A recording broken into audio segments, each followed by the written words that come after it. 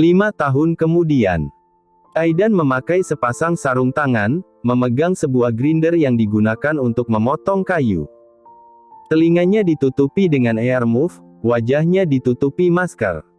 Studio penuh dengan suara berisik dari grinder, menyamarkan lagu Canon in D yang diputar melalui vinyl player. Di atas meja, terdapat sebuah sketchbook yang terbuka. Beberapa foto Polaroid ditempel di dalam lembaran sketchbook, di bawahnya ada tulisan tangan yang tidak terlalu rapi. Di lembar berikutnya, terdapat sketsa patung yang dibuat dengan pensil. Aidan lebih sering membuat patung dengan material plaster dan logam, kali ini mencoba keluar dari comfort zone dengan menggunakan material kayu. Tak perlu membuat cetakan dengan tanah liat, ia bisa langsung memahat di atas bongkahan kayu. Lebih banyak menggunakan alat pahat ketimbang tangan kosong untuk membentuk. Jika tidak ada halangan, Aidan akan berpartisipasi dalam sebuah exhibition di Singapura. Oleh sebab itu, ia harus fokus memperhatikan detail terkecil dalam proses menciptakan karya. Saking fokusnya, Aidan sampai tak memperhatikan ponselnya yang sejak tadi menyala. Terlebih telinganya ditutup dengan earmuff. Satu nama yang tertera di atas layar, menunjukkan bahwa ada telepon masuk dari sang istri. Aidan masih harus memotong bongkahan kayu untuk mendapatkan bentuk yang diinginkan. Butuh kesabaran ekstra, mengingat karakteristik materialnya sangat berbeda dengan plaster maupun logam. Setelah berhasil memotong kayu di beberapa bagian hingga bentuknya menyerupai balok, Aidan mematikan grinder. Not bad, gumamnya, kemudian melepas earmuff dan sarung tangan. Aidan lantas mendekat ke arah meja, hendak mengambil sebotol air mineral yang tergeletak di atas sana. Hingga akhirnya menyadari kalau ada beberapa panggilan tak terjawab dari Kara. Tanpa pikir panjang, Aidan langsung menelepon Kara. "Kamu masih di studio?" tanya Kara begitu mengangkat telepon dari Aidan. "Ya, baru selesai motong kayu," jawab Aidan sembari membuka botol air mineral. "Oh, good. Bisa nyusul ke sini, Mas. Aku pusing banget harus bawa 2 bocah ke venue. Kamu ngajak anak-anak?" "Ya, nggak ada pilihan. Sustini lagi pulang kampung, anak-anak nggak mau ditinggal di rumah sama Biana." "Oke, aku ke sana sekarang juga." Setelah itu, telepon berakhir. Aidan lekas mengambil tasnya yang tergeletak di atas meja, kemudian berjalan meninggalkan studio sambil menggenggam kunci mobilnya. "Kai, stop. Jangan naik panggung." Kara berlari tergopoh-gopoh menuju panggung, langsung memegang tangan Kai untuk mengajaknya turun dari panggung. "Mau nyanyi di atas panggung?" ucap Kai, mencoba melepaskan diri dari Kara. Tentu saja tidak bisa, karena Kara langsung mengangkatnya. Lalu, mengajaknya menepi agar tidak mengganggu pekerjaan tim dekor yang sedang menata banner. Saat ini Kara sedang berada di venue yang besok pagi akan digunakan sebagai tempat untuk acara conference. Kara harus datang untuk memeriksa pekerjaan tim dekor, memastikan tak ada kesalahan dalam tata letak. Tapi, bekerja sambil membawa anak bukanlah hal yang mudah. "Kamu tadi udah janji sama Mami, loh. Bilangnya nggak akan lari-lari, mau duduk manis sambil makan camilan. Kalau udah berjanji, nggak boleh dingkari," ucap Kara. "Abang nggak lari, cuma naik panggung," balas Kai dengan ekspresi tanpa dosa. "Sama aja. Di atas panggung kan ada om dan tante yang lagi pasang banner. Abang nggak boleh ganggu." "Abang nggak ganggu, kan main sendiri." Kara kehilangan kata-kata, tak habis pikir dengan jawaban demi jawaban yang dilontarkan oleh putranya. Kara menggendong Kai yang sudah semakin berat, membawanya menuju deretan kursi yang ada di barisan paling belakang. Di sana ada Aira yang sedang duduk manis sambil menyilangkan kaki, ada kacamata hitam yang bertengger di pangkal hidungnya, di atas pangkuannya ada tas kecil bermotif ular. "Duduk di sini sama Aira," ucap Kara.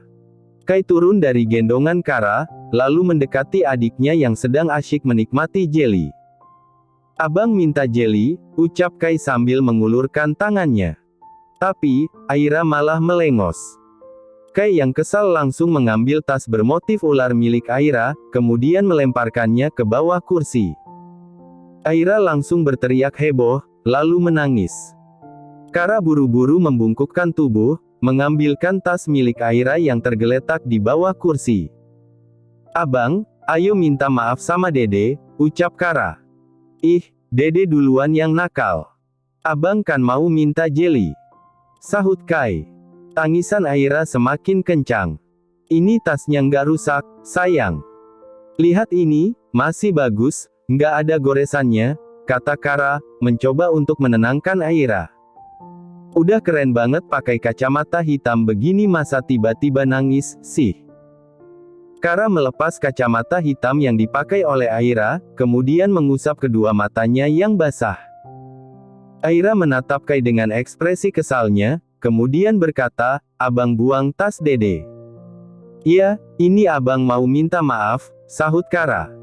Kai malah melipat kedua tangannya di depan dada, kemudian menjulurkan lidahnya. Hal itu tentu saja membuat Aira semakin kesal. "Abang, panggil Kara." Kai memang senang sekali menjahili adiknya yang suka menangis. Bocah berusia 5 tahun itu kini tertawa, sebab ada ingus yang keluar dari hidung adiknya. "Abang minta maaf," ucap Kai pada akhirnya, tetap saja ujung-ujungnya tak tega walaupun sebenarnya masih ingin menjahili Aira. Aira turun dari kursi, kemudian mendekat ke arah Kai. Tanpa aba-aba langsung mengusapkan ingusnya di baju bergambar dinosaurus yang dipakai oleh sang kakak. Kedua mata Kai membulat dengan sempurna. "Ih, kenapa ingusnya ditempelin di baju abang?" ucap Kai. Aira menjulurkan lidahnya, lalu kembali menikmati jelinya.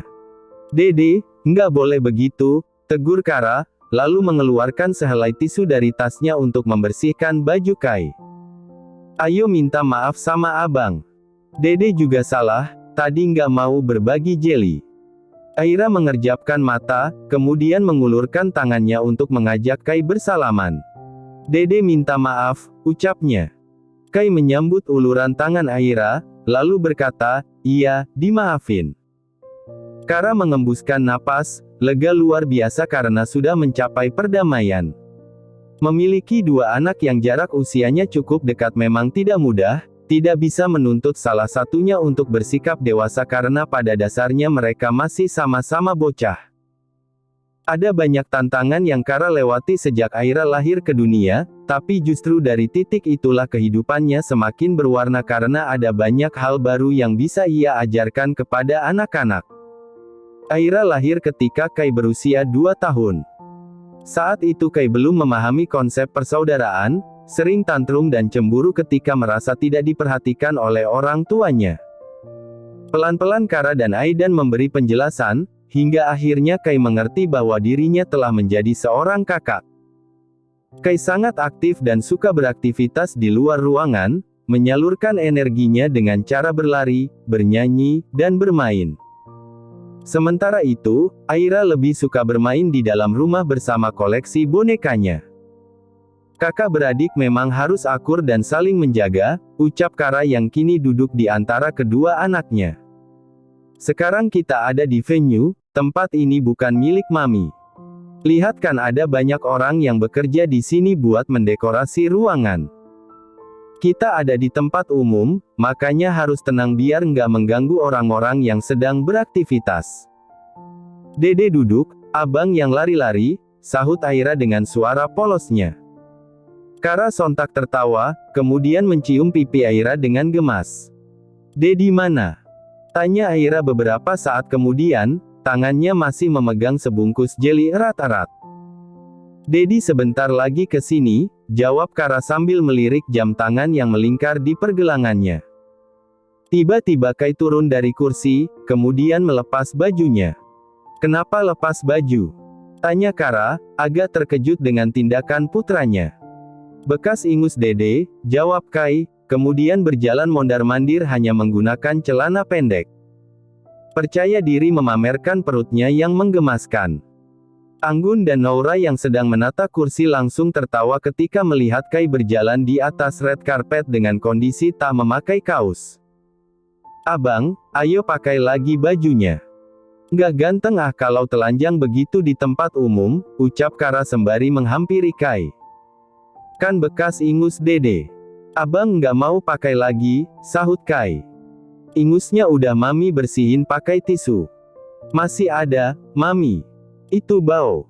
Kara buru-buru membuka tasnya yang tergeletak di atas kursi. Seingatnya, tadi ia sempat memasukkan pakaian ganti ke dalam tas. Untuk berjaga-jaga siapa tahu Kai dan Aira menumpahkan sesuatu ke baju mereka, sehingga harus menggantinya dengan yang bersih dan kering. Ternyata Kara hanya memasukkan sebuah kaos berwarna putih dengan sayap kecil di punggungnya. "Itu milik Aira. Abang pakai ini aja," ucap Kai, langsung mengambil kaos yang baru dikeluarkan dari tas, kemudian memakainya. Ukurannya terlalu kecil, sehingga terlihat sangat ketat di tubuh Kai. "Itu punya Dede?" tanya Aira.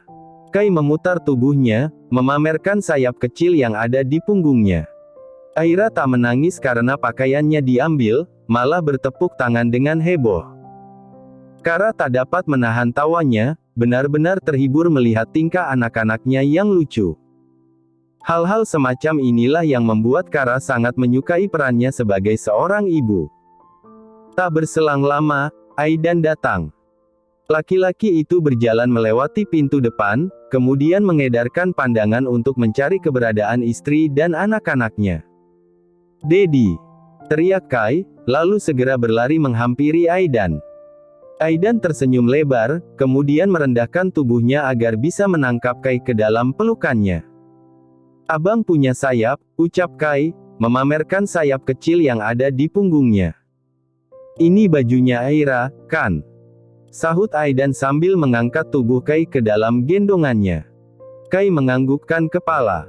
Aidan terkekeh pelan, kemudian melanjutkan langkahnya menuju tempat di mana Kara dan Aira berada. "Dedi! Dede juga mau gendong!"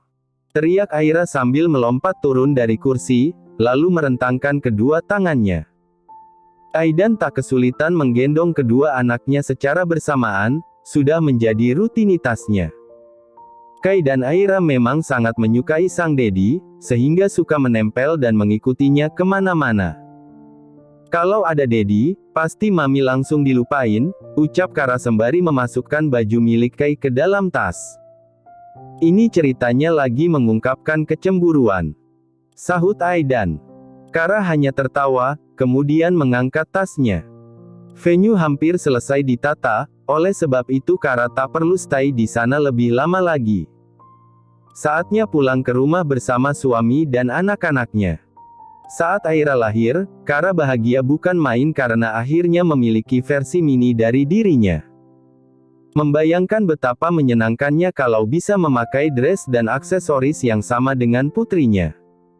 Pergi ke mall berdua untuk belanja sambil bergandengan tangan, sesekali saling memakaikan kuteks. Pada dasarnya, sejak dulu Kara memang menginginkan anak perempuan. Kalau boleh jujur, sebenarnya kehamilan kedua Kara adalah ketidaksengajaan. Saat itu Kara dan Aidan sama-sama belum ingin menambah momongan, apalagi Kai sedang membutuhkan perhatian penuh. Suatu hari, Kara dan Aidan pergi ke Jakarta untuk menghadiri sebuah event. Ternyata event tersebut berlangsung lebih lama dari perkiraan, pukul 8 malam baru selesai. Sepasang suami istri itu akhirnya memutuskan untuk menginap di hotel. Yah, rasanya sayang sekali kalau sudah berduaan di hotel tapi tidak bercinta. Diawali dengan sebuah ciuman, hingga berlanjut ke atas ranjang. Tanpa pengaman. Beberapa minggu setelahnya, Kara menjumpai 2 garis merah di atas tes pack yang ia coba. Saat itulah Kara tahu kalau dirinya akan segera menjadi ibu dari 2 anak, ada janin kecil yang hadir di dalam kandungannya. Awalnya Kara bingung, sebab kehamilannya yang kedua seolah datang tanpa aba-aba. Kara sedang sibuk-sibuknya di kantor, ada banyak event yang harus dihandle. Aidan juga sibuk dengan jadwal mengajar, penelitian, dan menciptakan karya untuk kepentingan exhibition. Tapi, mereka sepenuhnya menyadari kalau hadirnya janin kecil di dalam kandungan Kara merupakan sebuah hadiah yang luar biasa. Harus selalu disyukuri dan disambut dengan bahagia. Oh, Kara memang ingin memberi adik untuk Kai agar tidak tumbuh dewasa sebagai anak tunggal.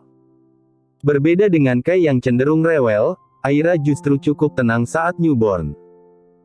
Tidak terlalu banyak menangis, suka tersenyum, dan selalu menanggapi ucapan orang-orang di sekelilingnya dengan ocehan tak jelas. Sangat menggemaskan. Kai sempat cemburu, sebab perhatian semua orang seolah tertuju pada Aira. Walaupun cemburu, Kai tetap menyayangi Aira. Hanya saja, cara mengungkapkan rasa sayangnya adalah dengan menjahili adik kecilnya. Kadang-kadang Aira menangis ketika dijahili, kemudian balas menjambak rambut Kai. Kai adalah sosok kakak yang jahil, namun penuh kasih sayang.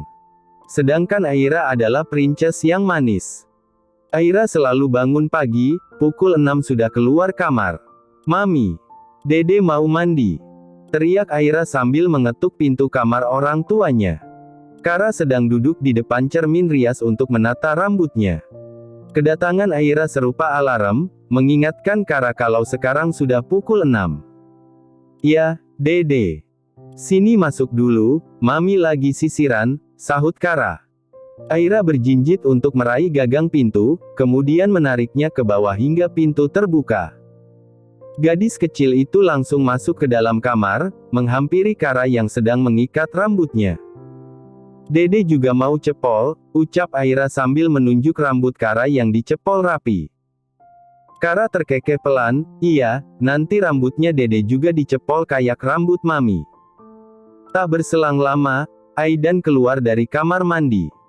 Terkejut luar biasa karena si bungsu sudah ada di dalam kamar. "Ih, Dedi nggak pakai baju," teriak Aira sambil menunjuk Aidan yang hanya memakai handuk di pinggangnya. Aidan tertawa, lalu buru-buru mengambil pakaiannya yang sudah ditata rapi di atas rak. Laki-laki itu lantas kembali ke dalam kamar mandi untuk berpakaian. "Abang belum bangun?" tanya Kara sambil bangkit dari duduknya. Aira mengangguk, "Abang bobo." Kara tersenyum, kemudian mengangkat tubuh Aira ke dalam gendongannya. "Mas, kamu yang bangunin Kai?" "Ya," ucap Kara, ditujukan pada sang suami yang sedang berada di dalam kamar mandi. "No. Biar aku yang mandiin Aira," balas Aidan dengan cepat. Sedetik kemudian, Aidan keluar dari kamar mandi. Sudah memakai kemeja berwarna taupe dan celana panjang berwarna hitam. "Aira maunya sama aku," ucap Kara, lalu segera pergi ke kamar mandi untuk memandikan Aira. Aidan mengerjapkan mata, tiba-tiba diberi tugas yang jauh lebih sulit ketimbang tes potensi akademik. Kalau memandikan Aira akan terasa menyenangkan karena gadis kecil itu suka mengoceh dan bercanda ketika terkena guyuran air, maka sensasi saat memandikan Kai terasa jauh berbeda. Masalahnya, Kai tidak suka mandi. Padahal saat bayi suka sekali berendam di dalam bak, tak pernah menangis saat dimandikan. Aidan menggulung lengan kemejanya, kemudian berjalan menuju kamar Kai. Kai masih tidur, berbaring di atas ranjang dengan posisi tengkurap. Selimut membelit kedua kakinya. "Kai," panggil Aidan sembari menyibak tirai jendela. Yang dipanggil tak memberi respon, masih tenang dalam posisinya yang nyaman. Aidan mendekat ke arah ranjang, mengulurkan tangannya untuk menepuk punggung Kai dengan lembut. "Bang, ayo bangun. Kamu hari ini berangkat sekolah, loh," kata Aidan. Tentu saja kalimat semacam itu tak akan mempan, Kai hanya menggeliat, kemudian memeluk bantal gulingnya.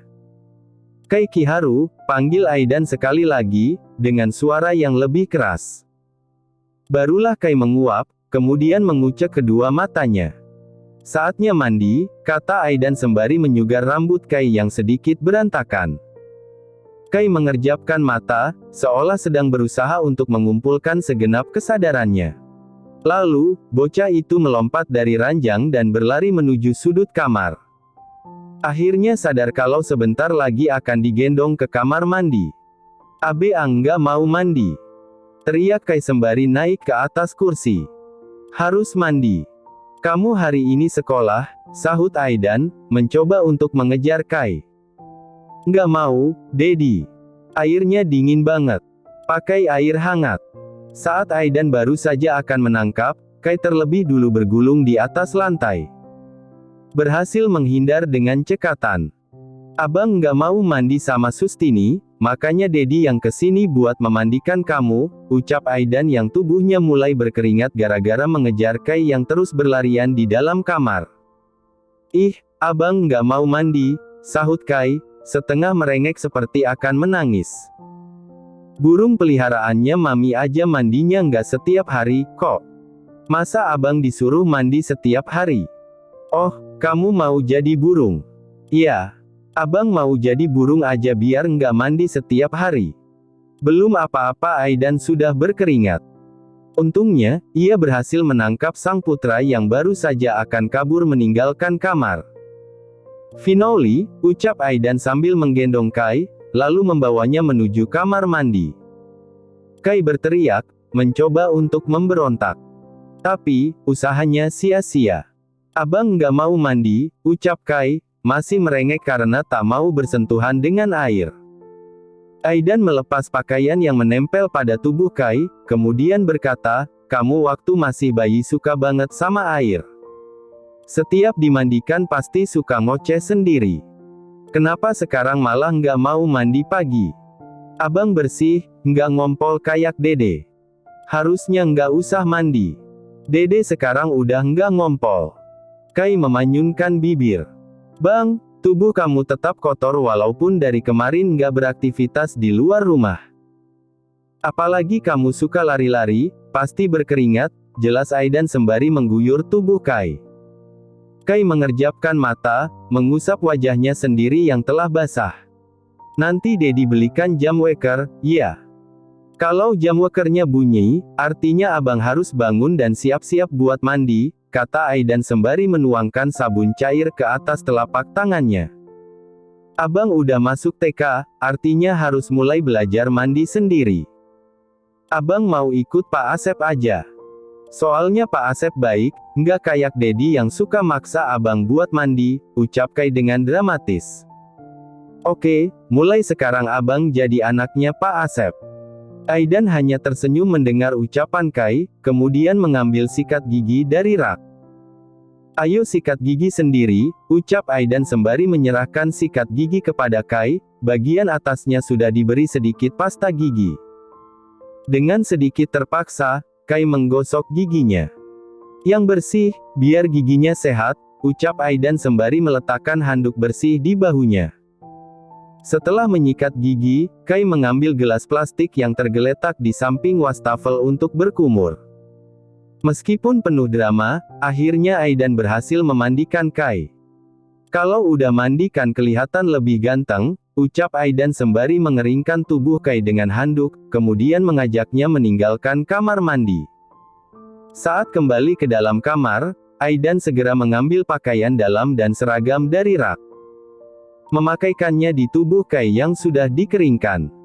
Good boy, puji Aidan sembari mengancingkan seragam Kai. Kai masih sedikit manyun, walaupun sudah tidak sekesal tadi. Ayo sisiran. Mau pakai gaya apa? Tanya Aidan. Belah tengah, jawab Kai. Gaya belah tengah yang sebenarnya tidak Aidan sukai. Tapi, apa boleh buat? Lebih baik dituruti saja daripada nantinya merengek lagi. Aidan mendudukkan Kai di atas pangkuannya, kemudian mulai menyisir rambutnya. Hanya perlu dibelah tengah, lalu selesai. Menata rambut Kai tidak sesulit menata rambut Aira, apalagi gadis kecil itu suka dicepol, dikepang, dan harus memakai aksesoris. Akhirnya selesai, ucap Aidan setelah menata rambut Kai dengan style belah tengah. Ambil tasnya, Bang. Abis itu pakai kaos kaki. Bisa sendiri, kan? Bisa, dong. Abang kan udah besar, jawab Kai, lalu mengambil tas lebahnya yang tergeletak di atas meja dan meraih sepasang kaos kaki berwarna biru dari keranjang. Setelah memakai kaos kaki, Kai segera menggendong tasnya. "Let's go. Saatnya sarapan," ucap Aidan sembari menggandeng tangan Kai, mengajaknya menuju ruang makan. Sepasang ayah dan anak itu lantas berjalan menuruni satu persatu anak tangga, menuju ruang makan yang sudah ramai. Ada Alea yang memakai seragam putih abu-abu, siap untuk berangkat ke sekolah. Sejak tadi berceloteh dengan Aira yang pagi ini memakai dress putih, rambutnya dicepol rapi, membawa sebuah sling bag kecil. "Onti, hari ini Dede sekolah," ucap Aira. Alea tertawa saat mendengar keponakannya yang sedang pamer. "Oh ya, hari ini Dede mulai masuk playgroup." "Ya, dong. Nanti Dede sama Sustin berangkatnya." "Kenapa tasnya kecil banget? Masa mau sekolah nggak bawa buku?" Aira mengerjapkan mata, kemudian menatap sling bagnya sendiri. Ukurannya memang sangat kecil, hanya muat untuk menyimpan permen. "Kalau nggak bawa buku, Dede nggak boleh masuk ke kelas," ucap Kai sambil naik ke atas kursi. "Nanti Dede pasti dimarahi ibu guru." Aira terlihat panik, lalu menatap ke arah Kara untuk meminta pertolongan. "Mami, Dede mau diomelin," ucap Aira dengan matanya yang mulai berkaca-kaca. "Enggak, Dede. Abang cuma bercanda," sahut Kara sembari membawa tas bekal ke ruang makan. Aira langsung menatap Kai dengan ekspresi kesalnya. Kara dan Aidan tertawa kecil saat melihat interaksi lucu di antara kedua anak mereka. Pagi hari menjadi saat yang paling sibuk di rumah, ada saja drama yang menguras tenaga. Tapi, pada akhirnya seluruh rasa lelah itu hilang ketika mereka duduk bersama dan menyantap sarapan dalam suasana yang hangat dan menyenangkan.